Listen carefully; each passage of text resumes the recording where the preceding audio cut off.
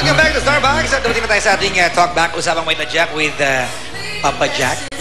At kasama ko ngayon ang mag-best friend. Si Alexander at Camille. Good morning! Morning po. Good morning, mag-best friends!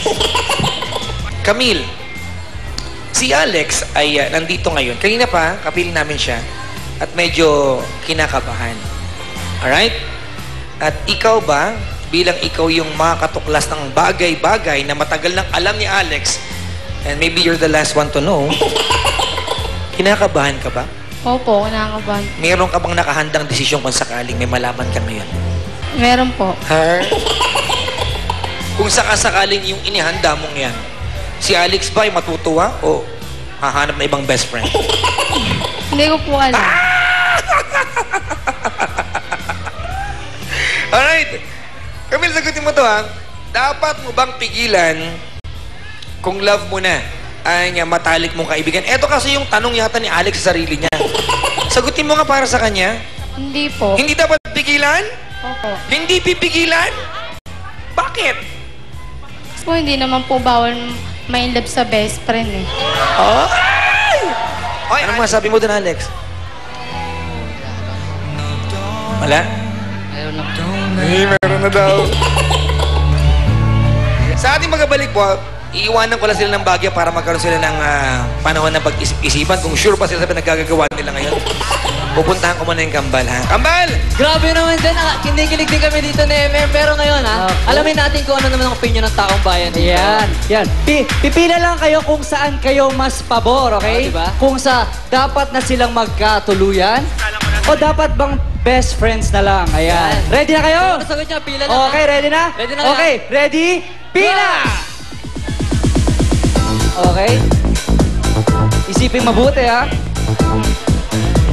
Yan. Okay. Ayan, okay. Narinig naman natin yung opinion ng taong bayan, di ba, MJ? Kaya ngayon, isasalang na si Alex sa lie detector machine. Kaya balik tayo muna sa box. Ang bayan, ngayon po ay nakasala na po sa ating lie detector machine, si Alexander. At gaya ng napag-usapan kanina, handa kayang malaman ni Camille yung mga kutob niya makonfirm. Camille, ready ka na ba? Ready na po. Mama, ready na ba yung katabi mo dyan? Eto, si Alexander has been strapped down.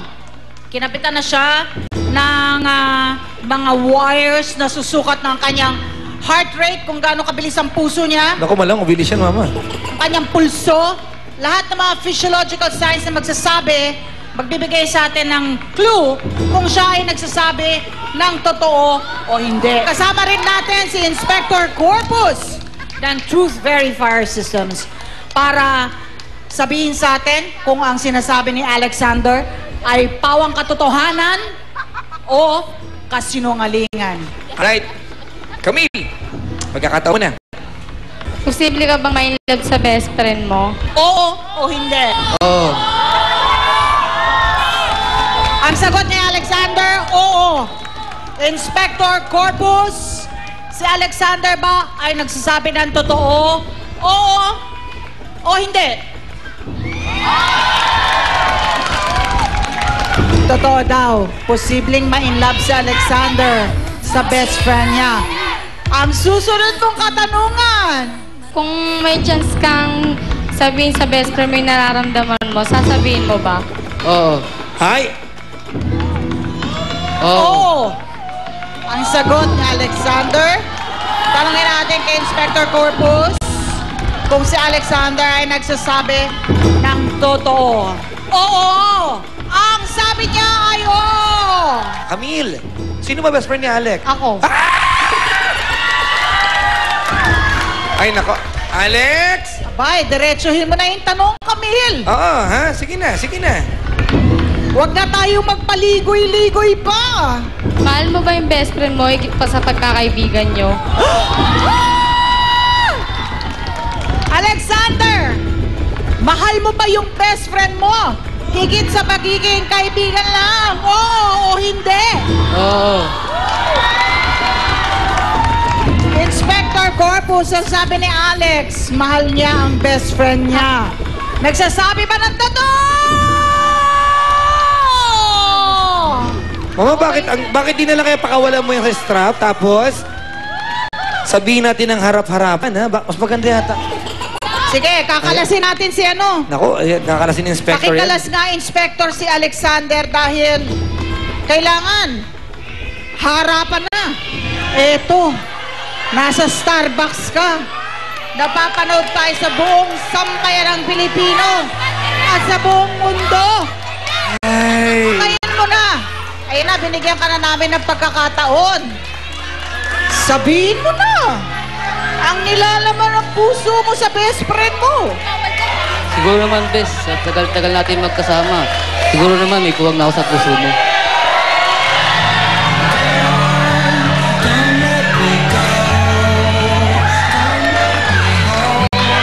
Camille.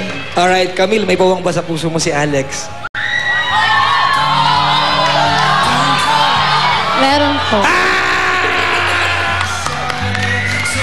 Alex! Ano ba yung exact nararamdaman mo kay Camille? Sabihin mo na rin. Ano yung exact mo nararamdaman para sa kanya? Tuwan-tuwa, tumataling yung puso mo. Hinga!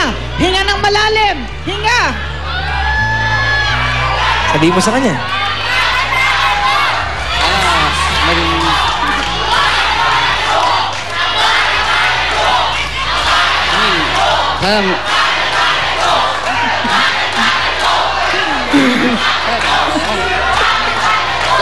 Camille, baka naman pwedeng maging tayo.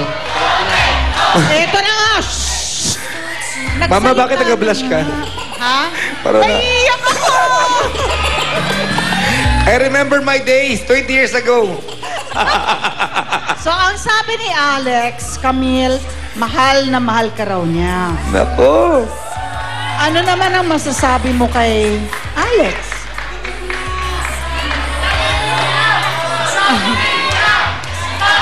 Mahal na mahal din kita. Kayo na ba? Teka muna, ako naniniwala sa daan-daan lang eh. Holding hands muna, holding hands! May 11, 2011, mansa rin nyo. Na! Yeah! Aba hindi naman ako papayag na hindi mo rin ligawan. Si Camille, alam nga namang nasa kakaswerte ka. Nag-Starbucks ka lang eh. Nagkasyota ka na. Ligawan mo ha? Opo. Habang buhay ha? Opo. Suyuin mo araw-araw. Ang goal dyan, ha? Ang goal, iparamdam mo kay Camille na siya ang pinakamagandang babae sa paningin mo. Job well done. No questions. Sa kabalik ng Starbucks! Dito, kasali ka!